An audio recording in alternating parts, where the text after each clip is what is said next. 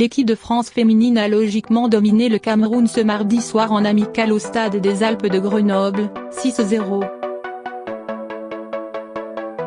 Voici ce qu'il faut retenir de la rencontre. Après une belle victoire face à l'Australie, 6e nation mondiale, vendredi, 2-0, un tout autre type de match attendait les Françaises, 4e, ce mardi soir à Grenoble, face à une équipe camerounaise largement plus faible sur le papier. Imprécises techniquement, les Bleus ont piétiné une grosse demi-heure avant de trouver l'ouverture grâce à Griette Mbok, 36e. Dès lors, les filles de Corinne Diacre ont pu dérouler. Une bonne répétition pour les Bleus en vue de la Coupe du Monde 2019 à domicile, où elles devraient avoir à affronter au premier tour ce type d'adversaire a priori plus faible. Entrée à la mi-temps, Kenza Dali a été la grande dame de ce match. En inscrivant un doublé, l'Iséroise d'origine se réinstalle en équipe de France après 2 années de galère.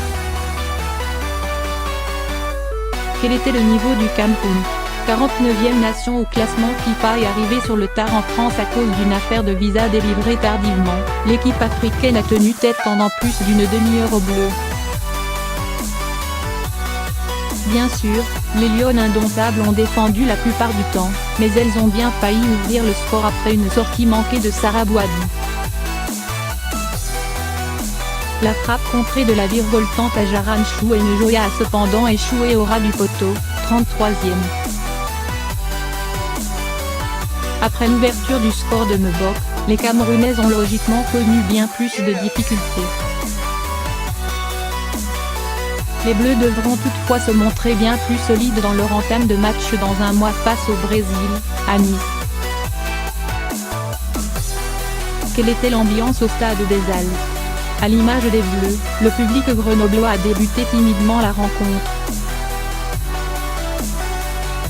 Seulement une petite quinzaine de supporters tricolores se faisaient entendre au coup d'envoi et plusieurs drapeaux camerounais flottaient en tribune. L'ambiance a progressivement évolué au fur et à mesure que les Bleus enchaînaient les buts, jusqu'à avoir des tentatives de hola et quelques Marseillaises entonnées par un public très familial. Parmi les people, on pouvait noter la présence de plusieurs joueurs du GF38 et de leur entraîneur Philippe Inchberger, mais aussi de la championne du monde d'aviron Laura Tarantola, qui a donné le coup d'envoi de la rencontre. Chef de presse historique des Bleus et désormais à la retraite depuis le titre mondial en Russie, Philippe Tournon était présent au stade des Alpes, tout comme l'ancien arbitre Tony Chaperon. Blessée à l'épaule, Amandine Henry était également en tribune pour regarder ses coéquipières.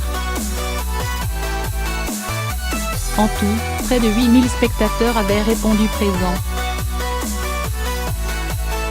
Une affluence juste correcte à 9 mois de la Coupe du Monde 2019, où Grenoble accueillera 5 matchs, 4 de poule et un 8e de finale, mais probablement pas l'équipe de France.